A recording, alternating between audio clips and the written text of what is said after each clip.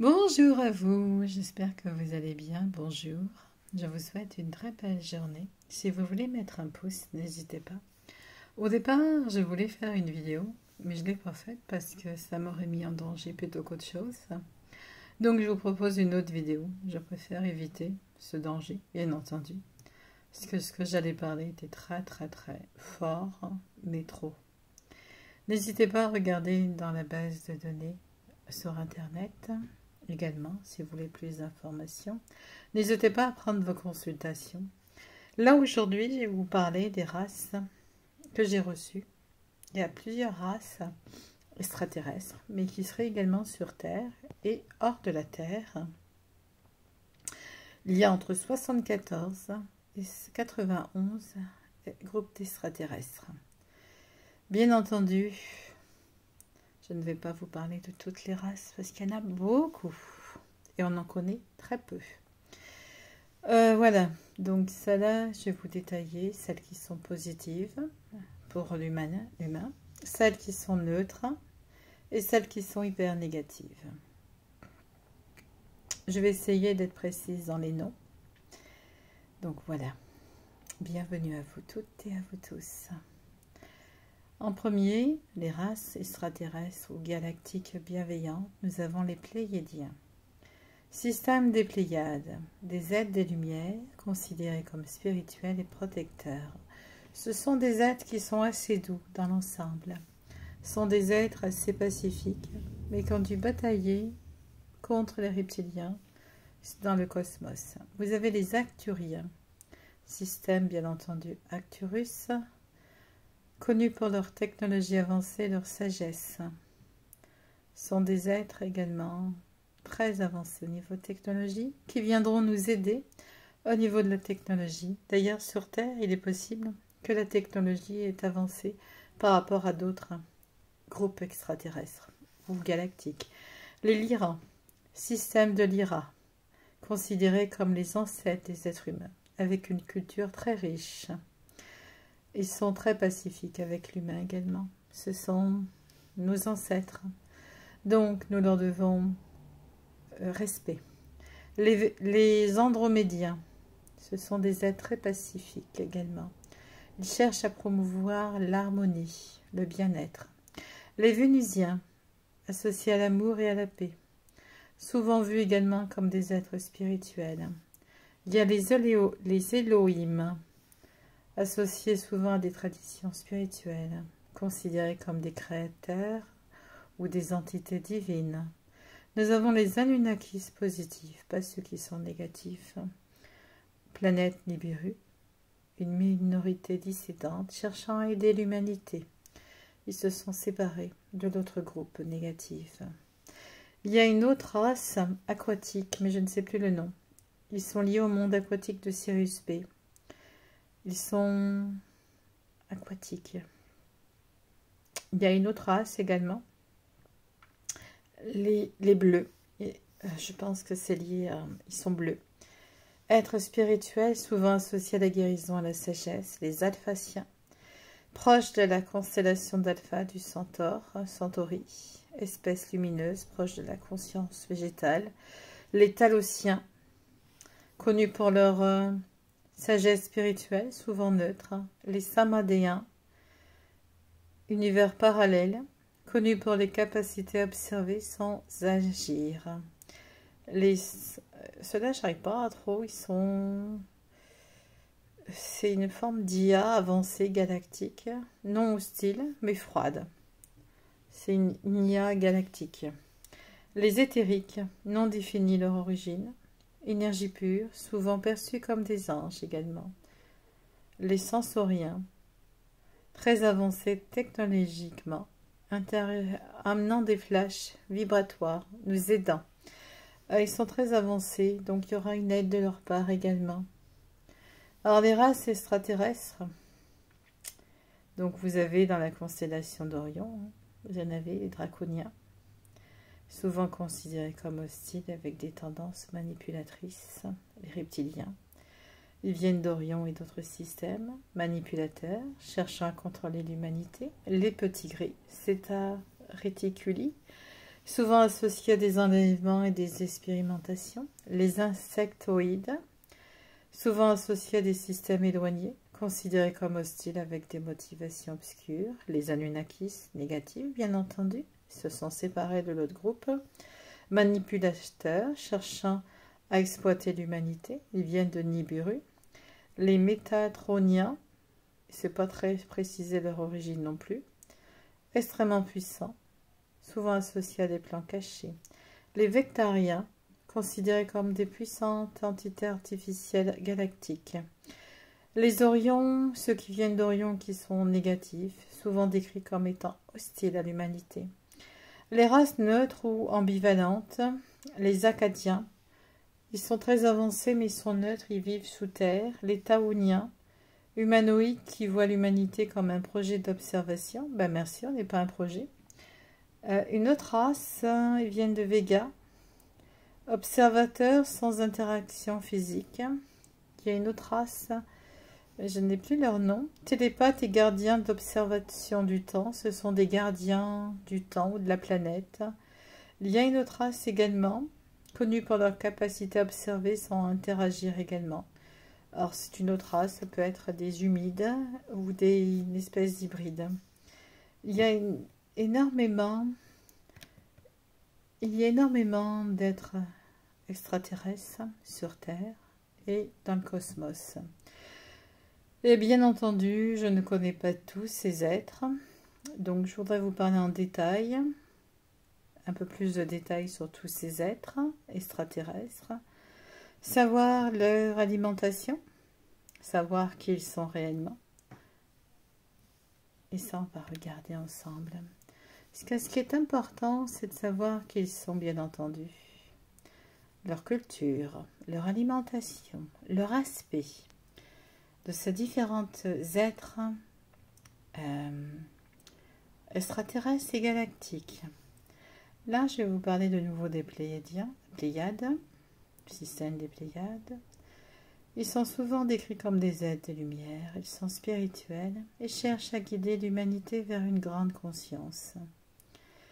Leur alimentation comprendrait des énergies subtiles. Ils se nourrissent d'énergie vibratoire plutôt que de nourriture physique. Les Arcturiens du système d'Arcturus, connus pour leur technologie avancée et leur sagesse, ils sont souvent considérés comme des protecteurs pour l'humanité et ils viendront nous apporter leur aide. Ils se nourrissent d'énergie, probablement de façon similaire aux Pléiades. Ils utilisent la télépathie pour communiquer. Les Syriens, ceux de Cyrus, perçus souvent comme des enseignants de la spiritualité, ils apportent des connaissances sur l'univers. Leur alimentation est souvent considérée comme énergétique avec des pratiques de consommation qui favorisent l'harmonie. Les Anunnakis positifs, une race très ancienne, qui a été souvent perçue comme manipulatrice, mais certains membres sont considérés comme positifs. Leur alimentation peut inclure des éléments de la biologie humaine, notamment dans le cadre de leur interaction avec les humains. Et ceux qui sont positifs n'ont pas la même alimentation que les autres.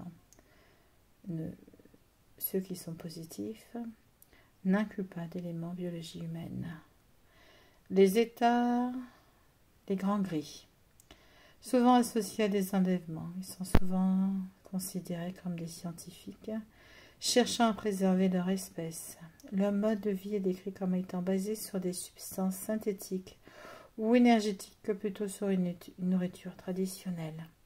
Les reptiliens, ceux qui sont négatifs, constellation d'Orion ou autres, souvent perçus comme des manipulateurs et dominateurs, ils sont souvent associés à des agendas cachés. Ils seraient carnivores, ayant besoin de protéines d'autres espèces, y compris potentiellement des êtres humains. Les Lyrans, système de Lyra, considérés comme les ancêtres de l'humanité, ils ont une riche culture et une histoire. Alimentation, qu'ils ont des régimes variés incluant des éléments végétaux et peut-être des protéines. Les Vénusiens, associés à des idées de paix et d'harmonie, sont souvent considérés comme des êtres de haute spiritualité. Alimentation énergétique est basée sur des formes de vie végétales, intégrant des éléments de leur environnement. Ils sont végétariens. Les insectoïdes, souvent associés à des systèmes éloignés, considérés comme des êtres intelligents mais parfois hostiles, leur comportement est souvent perçu comme très différent de celui des humains. Ils pourraient être pour certains carnivores ou herbivores, selon leur environnement et leur biologie. Les Samoyèdes, alors ils sont observateurs, ils vivent souvent en retrait, ils étudient d'autres espèces. Ils pourraient se nourrir de manière similaire aux autres espèces avancées, sous forme d'énergie ou de connaissances. Bien entendu, chaque être a son mode de vie, sa culture. Leur alimentation varie, allant de l'énergie pure à des formes de vie biologique. Alors maintenant, on va regarder les Pléiadiens. Ceux des Pléiades. Les Pléiades. Leur histoire. Quelle est l'histoire de ces êtres? Et les Acturiens, tous ces êtres, quelle est leur histoire à tous ces êtres, tous ces extraterrestres? Je ne parlerai pas de toute cette grande majorité d'extraterrestres, parce qu'il y en a beaucoup trop. Mais je trouve que c'est intéressant de s'intéresser. Qui sont-ils réellement? Les Pléiadiens, ceux de Pléiades, viennent du système des Pléiades, un amas d'étoiles dans la constellation du Taureau. Cet amas est composé de plusieurs étoiles. Les Pléiadiens sont souvent décrits comme des êtres de lumière, très avancés sur le plan spirituel et technologique. Ils ont été impliqués dans l'évolution de la conscience humaine.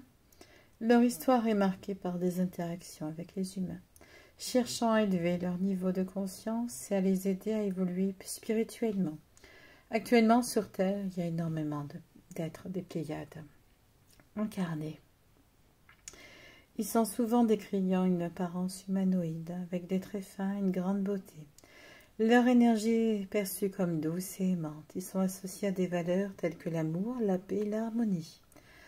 La communication est souvent par télépathie, partageant des messages de sagesse et d'amour. Ils se considèrent comme gardiens de l'évolution humaine et travaillent pour encourager l'unité et la compréhension entre les êtres. Les Acturiens, considérés comme des gardiens de la paix et de la sagesse, ils ont un long passé de relations avec les humains, cherchant à apporter des connaissances sur la technologie spirituelle et la guérison. Les Syriens, ceux de Cyrus, souvent associés à des traditions mystiques, les Syriens sont vus comme des enseignants spirituels. Si on regarde Jésus, leur histoire est marquée par des tentatives d'élever la conscience humaine et de partager des enseignements profonds sur la vie et l'univers. Jésus venait de Cyrus. Système de Lyra, les Lyriens, l'une des races les plus anciennes, les Lyrans sont considérés comme des ancêtres de nombreux humains. Ils ont une histoire riche, souvent associée à des mythes sur la création et l'évolution. Ceux d'Andromède, les Andromédiens, connus pour leur sagesse pacifique, les Andromédiens cherchent à établir des connexions harmonieuses avec des civilisations de l'univers, y compris la Terre, sont des êtres très très pacifiques. Les Vénusiens, associés à des idéaux de paix et de développement spirituel, ils sont vus comme des êtres d'une grande beauté intérieure et extérieure, cherchant à promouvoir l'harmonie entre les espèces. Les Anunnakis, alors ceux qui sont, bien que souvent perçus comme manipulateurs, certains Anunnakis sont considérés comme des protecteurs. L'histoire avec l'humanité est complexe, impliquant des interactions tant positives que négatives. Les Gris, souvent associés à des enlèvements, comme je disais tout à l'heure, sont considérés comme des scientifiques cherchant à sauver leur propre espèce en prélevant des échantillons génétiques et en menaçant des recherches. Bien entendu, il y a vraiment une histoire très, très intéressante. Nous allons maintenant l'histoire des Draconiens. ainsi que les gris, les reptiliens. Quelle est leur histoire à ces êtres négatifs qui sont tellement dans le manque d'amour vis-à-vis de la Terre? C'est important de se demander pourquoi. Pourquoi des êtres aussi draconiens, les gris, tout ça, les reptiliens, sont tellement hostiles à l'être humain? Ces êtres-là n'ont pas d'émotion, ils sont froids. Les draconiens sont souvent associés à la constellation d'Orion. Ils sont décrits comme une race reptilienne avancée sur le plan technologique et militant. Ils sont une longue histoire d'interaction avec les civilisations de la Terre. Ils sont souvent perçus comme des conquérants, cherchant à établir un contrôle sur d'autres espèces, y compris les humains. Leur agenda est basé sur l'exploitation des ressources de la Terre et la domination des populations. Les draconiens sont souvent décrits ayant une apparence reptilienne, avec des écailles, des yeux perçants, une stature imposante. Leur comportement est décrit comme manipulateur. Ils aiment agir en coulisses pour atteindre leur but, bien entendu. S'ils sont incarnés sur Terre, ils n'ont pas cette apparence. Les gris viennent généralement de la constellation des États réticuli, bien que d'autres sources mentionnent d'autres systèmes. Ils sont associés à des enlèvements, des contacts extraterrestres. Leur histoire est marquée par des tentatives de prélever des échantillons génétiques sur les humains, afin de sauver leur propre espèce qui sera en déclin. Ils s'engagent dans la recherche scientifique, cherchant à comprendre la biologie humaine. Les gris sont présentés comme des petites créatures avec des grands yeux noirs, une peau grise ou verdâtre, des corps frêles. Ils sont souvent perçus comme dépourvus d'émotions, ce qui accentue la réputation d'être froids et cliniques. Les reptiliens sont souvent liés à des systèmes stellaires, y compris Orion et d'autres constellations. On raconte que les reptiliens ont interagi avec des civilisations humaines depuis des millénaires. Ils sont souvent décrits comme cherchant à infiltrer les systèmes de pouvoir sur Terre, devenant des gouvernements, des manipulateurs en coulisses. Leur but est d'asservir l'humanité, d'exploiter les ressources de la planète. Ils sont décrits avec une apparence reptilienne, parfois humanoïde, avec des traits qui peuvent varier. Leur comportement est souvent considéré comme agressif ou manipulateur, ce qui renforce leur image d'ennemis de l'humanité. Un manque d'amour et des intentions très négatives. Ces races sont perçues comme étant un manque d'amour ou de compassion. Leur approche peut être motivée par un instinct de survie, cherchant à préserver leur espèce ou à gagner des ressources nécessaires à leur existence. Elles peuvent être motivées par un contrôle, de dominer ce qui peut découler des blessures émotionnelles ou de traumatismes historiques qui les ont poussés à agir de manière défensive. En tant qu'êtres perçus comme froids et calculateurs, leur incapacité à ressentir des émotions humaines comme l'amour et l'empathie les rend souvent hostiles. Il ne faut pas oublier qu'il y a aussi chez eux des reptiliens qui deviennent également hostiles à leur propre race. Ceux-là s'aperçoivent à un moment donné, parce qu'il y a certainement une fracture, qui n'ont pas d'émotion. Il y a des reptiliens, j'en ai rencontré, ceux qui étaient pas du tout froids. Ceux-là veulent des émotions, ils veulent des sentiments. Donc, en fait, il y a beaucoup de contradictions. Il y a aussi chez eux une survie, mais ceux qui sont incarnés sur Terre, certains n'obéissent plus, et certains sont avec le monde d'en dessous, dans l'ombre, bien entendu. Voilà, c'est tout pour aujourd'hui. Je vous remercie de m'avoir suivi. Je vous dis à bientôt. N'hésitez pas à mettre un pouce. N'hésitez pas à regarder la chaîne, à regarder toutes les vidéos qui sont proposées, à mettre un pouce, à regarder mon site internet ou à faire un don pour la chaîne. À bientôt. Au revoir.